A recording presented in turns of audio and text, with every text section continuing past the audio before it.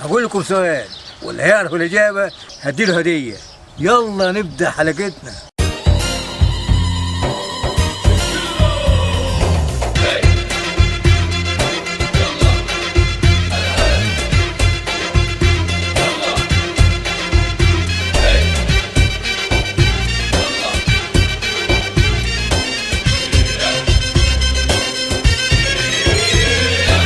يومية عم هنيدي جايين وبحلقة جديدة، هات ايدك يلا في ايدي نتعلم حاجة جديدة.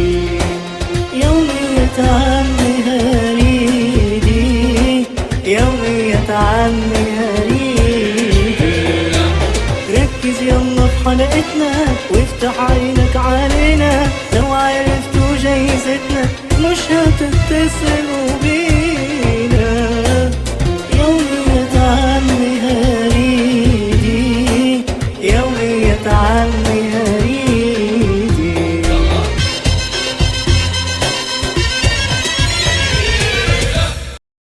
أهلا بكم في يوميات عم هريدي. الإجابة بتاع السؤال اللي فات السنة مش الشهر. يلا نشوف مين كسب معانا في الحلقة اللي فاتت. يومية عم هريدي.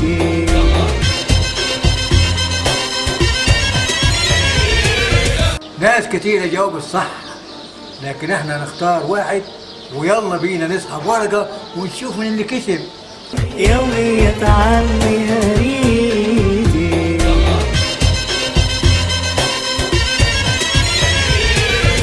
اللي كسب معانا نادي كمان، يتواصل معانا على الصفحة واحنا نبعت له الكارت الشحن بتاعه. هقول لكم سؤال واللي هيعرف الإجابة هديله هدية. يلا نبدأ حلقتنا. لكل واحد بيسمعني الكلام جاي ليك مخصوص. عايز تعيش مبسوط يا ابني، اكرم ابوك وامك. لما ابوك يسكت يبقى بيفكر في مستقبلك، ولما تلاقيه مبتسم وبيضحك يبقى انت السبب في سعادته وضحكته. لما ترفع صوتك على ابوك خلي بالك انك انت كانك بتقتله، ويوم يضغط عليك يبقى عايز مصلحتك. لو عندك مشكله او مصيبه تعباك يبقى اعرف ان ابوك مش راضي عنك. يوم ما يقفل قطه عليه اعرف انه بيبكي. ابوك سند مفيش زيه، هو عايزك احسن واحد في الدنيا، وخلي بالك هو الوحيد ان هو عايزك احسن منه. هتقول لابويا وحش يا عم هريدي؟ يبقى ابوك يا ابني انت ما تعرفوش بيحبك قد ايه وتحمل عنك ايه ولا ايه. انت تغير، انت مش دريان بنفسك. ايه ده، انت ابوك احسن واحد. اوعى تحتاج لابوك في يوم من الايام يغضب عليك ربنا.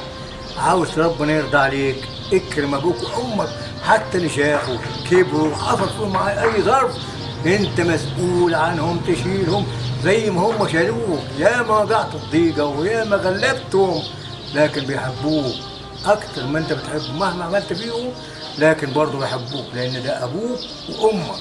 لو ابوك عايش روح بوس ايده ورجله، ولو ميت ادعي له بالرحمه. نيجي بقى لسؤال حلقتنا، واللي هيعرف الاجابه هيكسب معانا. يلا بينا نقول سؤالنا.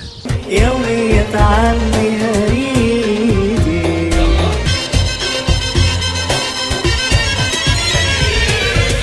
10 و10 مهماش 20، نضيف عليهم 50 يبقوا 11.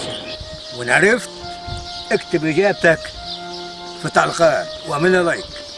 لو عجبتكم الحلقة اعملوا لنا لايك ومشاركة. سلام مع عم هريدي.